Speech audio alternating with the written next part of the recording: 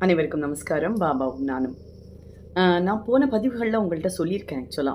நம்ம ஓம்கார் ஜோதியில போடக்கூடிய பல மந்திரங்களும், பாபாவினுடைய கைடன்ஸ் மூலமா தான் நான் அத பண்றேன் அப்படின்னு சொல்லிட்டு.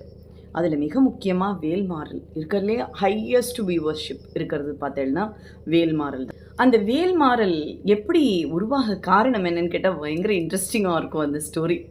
ஆக்சுவலா வேல்மாறல் பண்ண சொல்லி ஒரு தொடர்ந்து எனக்கு இன்ஃபர்மேஷன்ஸ் அவர்ட்டேருந்து வந்துட்டே இருந்தது. ஏதாவது ரிலேட்டடா அதே தான் வரும். வேல்மாறல், வேல்மாறல், வேல்மாறல் அப்படின்னு சொல்லிட்டு. அத எடுத்து பார்த்தோன்னா 64 சந்தா. ஐயோ! என்னால படிக்க முடியுமான்னு தெரியலையே! ஏன்னா அத கேட்கலாம் ஈஸியா இருக்கும். அது வந்து டங் ட்விஸ்டர் மாதிரி. எப்ப வேணா எப்படி வேணா மாறிடும். தப்பா படிச்சுட்டோம்னா வம்பா போயிடும்னு சொல்லிட்டு நான் அத கொஞ்சம் இழுத்துண்டே இருந்தேன். ஐயோ! 64 சந்தம் பாடணுமே பாப்குட்டி என்னால முடியுமான்னு தெரியலையே!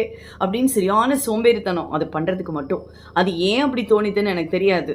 அப்படி தோணி கிட்டத்தட்ட 1 மாசம் அவருக்கு வந்து நான் அலைக்கழிச்சுட்டேன்னு சொல்லலாம். அந்த மனுஷன் சொன்ன உடனே நான் கேட்கணும். சொன்னா கேட்கலன்னா, அடுத்தது பெருசா ஏதாவது குடுப்பாரு. அந்த மாதிரி ஆளு. அப்போ படிச்சு பார்ப்பேன். பாதியில நிறுத்திடுவேன். ஐயோ! இது நம்மளுக்கு வரலப்பா அப்படின்னு சொல்லிட்டு. ஆனா இப்போலாம் அப்படியே தண்ணிப்பட்ட பாடம் வருது. முதல்ல வரல. அவர்கிட்ட சொன்னேன், "நான் பண்றேன் பாப்புக்குட்டி. நீங்க சொன்னா நான் செய்யாம இருப்பேன். நான் கண்டிப்பா பண்ணுவேன், கண்டிப்பா பண்ணுவேன்னு" சொல்லிட்டே இருந்தேன்.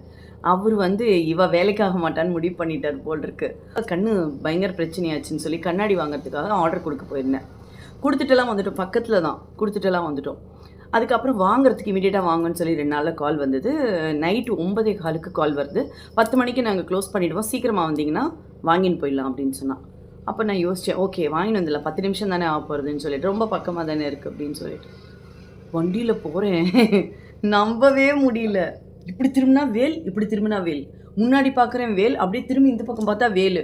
இப்படி வரிசையா என்ன சுத்தி, இங்கேருந்து ஒரு 3, 3 1/2 கிலோமீட்டர் தான் இருக்கும். சாய் பார்த்தேன்னா நீங்க நம்பவே மாட்டேன். எல்லா பக்கமும் வேலு. காப்பாத்த வருதா, குத்திடுவேன்னு சொல்றான்னு வருதான்னு தெரியல. ஒரு பக்கம் எனக்கு அழுகை, ஒரு பக்கம் சிரிப்பு, ஒரு பக்கம் பயம். இப்படி எல்லாமே கலந்ததா இருந்தது. அவர் வண்டி ஓட்டிட்டு இருக்கார். எனக்கு மட்டும் தான் தெரியறதான்னு எல்லாரும் நார்மலா தான் போறா. ஆனா எனக்கு மட்டும் எல்லா வண்டியிலேருந்தும் வேல் வந்து 3Dல வந்தா எப்படி இருக்கும் உங்களுக்கு? அந்த மாரி இப்படி கண்ணுக்குள்ள குத்துற மாரி. ஐயோ! சாய்ராம், சாய்ராம், சாய்ராம். அப்ப நான் அவர்கிட்ட கேட்டேன்.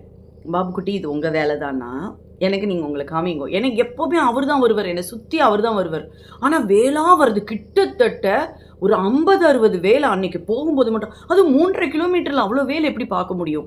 நீங்க யோசிச்சு பாருங்க. பார்க்குற எல்லா இடத்துலயும் வேலா இருக்கு. நான் யோசிச்சு பார்க்குறேன். நம்மளுக்கு என்னமோ ஆயிடுத்து போல இருக்கு அப்படின்னு.